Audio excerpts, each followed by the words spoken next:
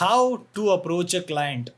ये अब तक का सबसे बड़ा क्वेश्चन होता है। कोई भी फ्रीलांसर अगर अपनी फ्रीलांसिंग का जॉब या फिर जो कोई भी अपनी जर्नी स्टार्ट करता है तो ये उसको सबसे पहले हमेशा आता है कि यार मैं क्लाइंट को अप्रोच कैसे करूंगा।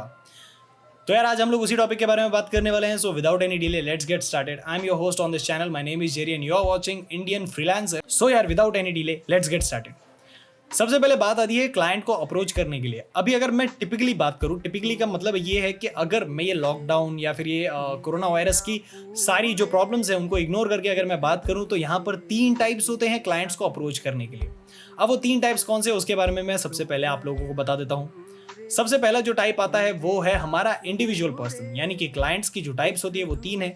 सबसे पहला है जिसके अंदर हम लोग बोल सकते हैं इंडिविजुअल पर्सन, यानी कि कोई एक बंदा आपको काम देता है।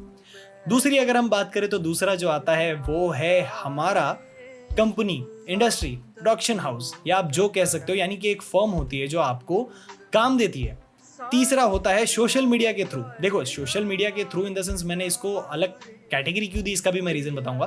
बिकॉज क्या है कि ज़्यादातर काम ऑनलाइन ही मिलता है, वो चाहे फर्म हो या फिर कोई इंडिविजुअल पर्सन हो, वो आपको ऑनलाइन ही कॉन्टैक्ट करेगा, हमेशा याद रखना।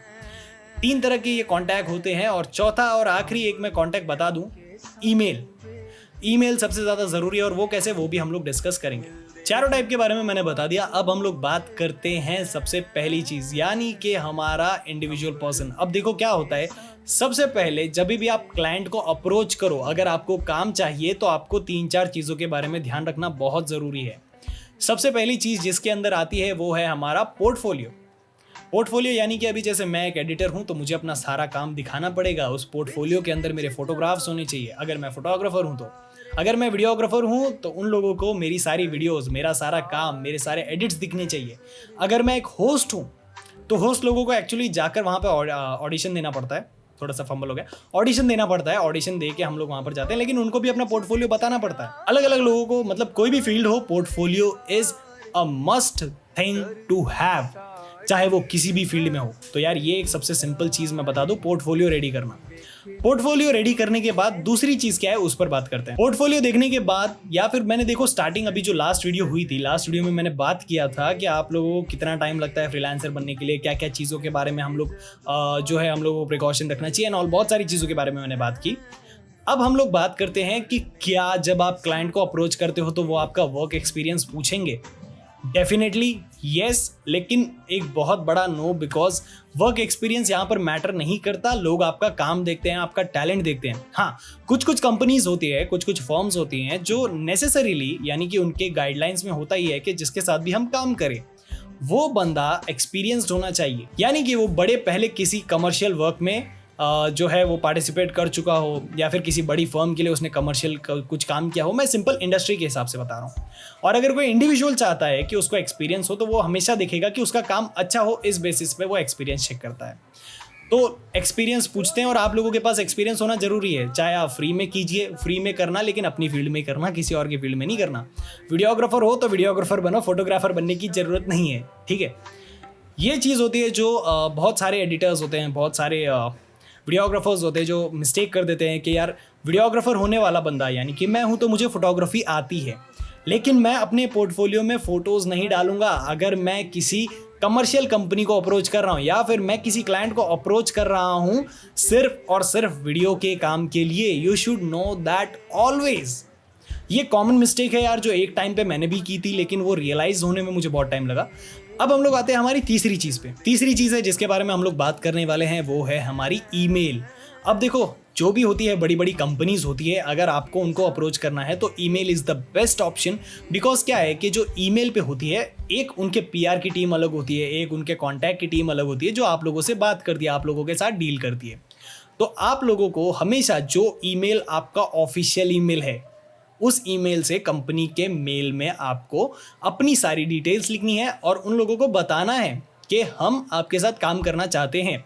या फिर अगर किसी कंपनी ने ऐड डाला है, ठीक है, ऐड डाला है तो हम वहाँ पर अपना बायोडाटा देंगे। बायोडाटा इन द सेंस क्या, हमारा जो पोर्टफोलियो है, हमारी कॉन्टैक्ट डिटेल्स, वो सब हम ईमेल में देते हैं। 2 चीज़ों का डिफरेंस समझना बहुत ज़रूरी है। सबसे पहली चीज़ के प्रपोजल क्या होता है। अगर मैं किसी कंपनी को अप्रोच करता हूं कि सर मैं आपके साथ काम करना चाहता हूं, तो दैट इज अ प्रपोजल। अगर मैं किसी कंपनी के साथ काम करना चाहता हूं, अगर किसी कंपनी ने ऐड डाला है या फिर कोई कंपनी मेरे साथ काम करना चाहती है तो मैं उस बंदे को क्या करूँगा, अपनी पूरी डिटेल के साथ मैसेज करूँगा। इन द सेंस देखो, प्रपोजल में मैं कंपनी को बोलता हूँ कि मुझे आपके साथ काम करना है, या फिर दूसरे जो मेल होते हैं जहाँ पर हम लोग बात करते हैं उसके अंदर ऐसा होता है कि जहाँ पर हम एक्सप्लेन करेंगे कि यार आपने ऐड डाली थी या फिर आप लोगों को एक एडिटर की रिक्वायरमेंट है। ईमेल करते टाइम भी बहुत सारी चीज़ों को ध्यान में रखना होता है। सबसे पहले अपना नाम, अपनी डिटेल, अपना पोर्टफोलियो, यानी कि अभी देखो बहुत सारे जो एडिटर्स होते हैं उनकी अपनी वेबसाइट होती है या तो यूट्यूब चैनल होता है, फाइवर पे अकाउंट होगा या फिर बहुत सारी ऐसी जो फ्रीलांसिंग वेबसाइट्स हैं उन पर अकाउंट होगा। अब क्या करते हैं वो लोग, पोर्टफोलियो में उन सारी चीज़ों का रेफरेंस दे सकते हैं कि I am available on these platforms और इनके ऊपर मेरा सारा काम है, आप जाके चेकआउट कर सकते हो अगर कोई एक्सपीरियंस्ड बंदा रहा। ठीक है, ये एक बेसिक चीज़ है जिससे कि आप अपने काम को लोगों को दिखा सकते हो। उसके बाद नीचे लास्ट में अपनी कॉन्टैक्ट डिटेल देना बहुत ज़रूरी है। अब देखो, जब भी कोई आपको इंडिविजुअली बात करे, बंदा कॉल पे बात करेगा, ठीक है। दूसरी बात, अगर कोई फर्म अप्रोच कर रही है या कोई भी कर रही है, आपको अपने कॉन्टैक्ट डिटेल्स देने हैं। इन द सेंस ऐसा नहीं है कि यार अभी बंदा कॉल पे बात कर रहा है तो मैं कॉन्टैक्ट डिटेल्स क्यों दूं, नहीं। आप लोगों को अपने इंस्टाग्राम, आप लोगों को अपना फाइवर अकाउंट या फिर आप जहाँ कहीं पर भी प्रेजेंट है सोशली, जहाँ पर आपका काम विजिबल है, आपको बताना है। बिकॉज क्या होता है पता है, जब भी आप किसी कमर्शियल शूट के लिए काम करने जाओगे तो कंपनी आपका बैकग्राउंड एक बार वेरीफाई ज़रूर करेगी।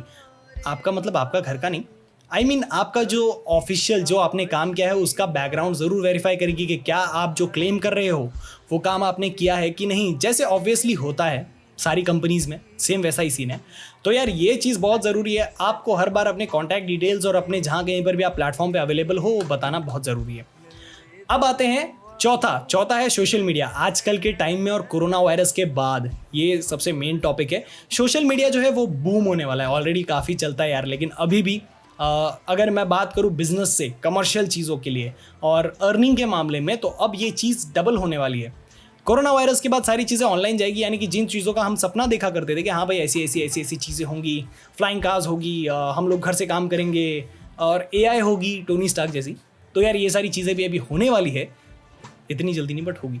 तो सीन ऐसा है ना यार कि देखो अब क्या है कि सारी चीज़ें सोशल मीडिया पे हो रही है। अभी भी मैं अगर करंट एग्जांपल लूँ कोरोना वायरस का, तो सारी चीज़ें ऑनलाइन होती है, सारी डील्स ऑनलाइन होती है। मैं as a freelancer, as a video editor, as a photographer या फिर एज अ फोटो एडिटर, जो भी काम होता है मेरे ज़्यादातर इंस्टाग्राम, फेसबुक, व्हाट्सएप, यूट्यूब, इन्हीं सारी जगह से आते हैं। और जब इनसे आप बात करते हो तो उन लोगों को भी पोर्टफोलियो भेजना पड़ता है। देखो यार सबका प्रोसीजर क्या है उसके बारे में मैं डिटेल में बात करूँगा और बताऊँगा कि एक ईमेल कैसे लिख के भेजा जाता है, ठीक है। कॉन्ट्रैक्ट कैसे बनाते हैं, सारी चीज़ें बताऊंगा, लेकिन एक बेसिक समझ जाओ क्या करना है। देखो यार अभी सोशल मीडिया पे भी बहुत सारे लोग कांटेक्ट करने के लिए बोलेंगे, तो आप लोगों को एक चीज़ हमेशा ध्यान रखनी है, अपने कांटेक्ट डिटेल्स देने। लोग कभी भी इन पर्सन टू पर्सन मिलने से पहले वर्चुअली बात करते हैं। वर्चुअली यानी फ़ोन पे, आपसे फेसबुक पे बात करेंगे, जहाँ कहीं पर भी बात करेंगे। सोशल मीडिया एक one of the best platform है जहाँ से आपको जॉब मिल सकता है, जहाँ से आपको काम मिल सकता है, जहाँ से आपको प्रोजेक्ट्स मिल सकते हैं, एनीथिंग। सोशल मीडिया पे अपीयरेंस बहुत ज़रूरी है। अब आप क्लाइंट को वहाँ से अप्रोच कर सकते हो, बिकॉज क्या है ना, ईमेल और सोशल मीडिया ये दोनों अभी एक हिसाब से देखा जाए तो अलग चीज़ होती है बिजनेस के मामले में, बिकॉज ईमेल ज़्यादा प्रेफर किया जाता है प्रोफेशनलिज्म के हिसाब से। लेकिन बहुत सारी कंपनीज़ को जब आप डीएम करते हो तो उनके जो पीआर होते हैं या फिर उनके जो मैनेजिंग जो कोई भी उनका पूरा स्टाफ होता है वो आपको इंस्टाग्राम पे भी रिप्लाई देता है, इंस्टाग्राम पे रिप्लाई देगा, फेसबुक पे रिप्लाई देगा। यहाँ पे आप डायरेक्ट मैसेज कर सकते हो। यानी सोशल मीडिया एक ऐसा प्लेटफॉर्म है जहाँ से आपको डायरेक्ट कॉन्टैक्ट का ऑप्शन मिलता है। तो यार ये 4 तरीके हैं जहाँ से आप क्लाइंट को अप्रोच कर सकते हो। अब हम लोग धीरे धीरे बात करेंगे कि आप एक्चुअली प्रपोजल कैसे लिख सकते हो प्रॉपर। अगर मेरे को कंपनी के साथ काम करना है तो मैं प्रपोजल कैसे लिखता हूँ एंड ऑल, सबके बारे में बात करेंगे। 4 चीज़ों के बारे में मैंने बता दिया कि आप क्लाइंट को कहाँ से अप्रोच कर सकते हो। एक बार रिवाइज कर लेते हैं। सबसे पहली चीज़ जो है वो हमारी क्या है, इंडिविजुअल पर्सन। एक क्लाइंट जो आपको कांटेक्ट करेगा या फिर आप उससे कांटेक्ट करोगे, लोकल रेसिडेंस में भी हो सकता है, डजंट मैटर। दूसरा है फर्म, कंपनी, प्रोडक्शन हाउस या एटसेट्रा, जो भी है वो आप लोगों को जॉब देगा। तीसरा है ईमेल, ईमेल से आप अप्रोच कर सकते हो, ठीक है। ईमेल आप कंपनी को सेंड कर सकते हो ऑफिशियल आईडी पे, जहां से वो लोग आपको कांटेक्ट करेंगे। चौथा है सोशल मीडिया, सोशल मीडिया यानी फेसबुक, इंस्टाग्राम, जहां कहीं से भी आप जाकर जो है कंपनी को मैसेज कर सकते हो, उनके साथ काम करने के लिए अपनी क्वालिटी दिखा सकते हो। और पोर्टफोलियो कैसे बनाना है, पोर्टफोलियो के साथ साथ अपनी इंट्रोडक्शन के लिए कैसे करते हैं। देखो अभी जब पर्सनली मिलता है ना तो हम लोग कार्ड देते हैं, विजिटिंग कार्ड। तो उस तरह से आप लोग अपना कैसा एक ऑनलाइन बना सकते हो, कैसा आप अपना ऑनलाइन एक आईडी कार्ड बना सकते हो, सिंपल बोलूँ तो उसके बारे में बात करेंगे। तो यार आज की वीडियो अगर आपको पसंद आए तो यार वीडियो को लाइक कर देना, वीडियो कर देना शेयर, चैनल को कर देना सब्सक्राइब, और मैं जेरी लॉग आउट।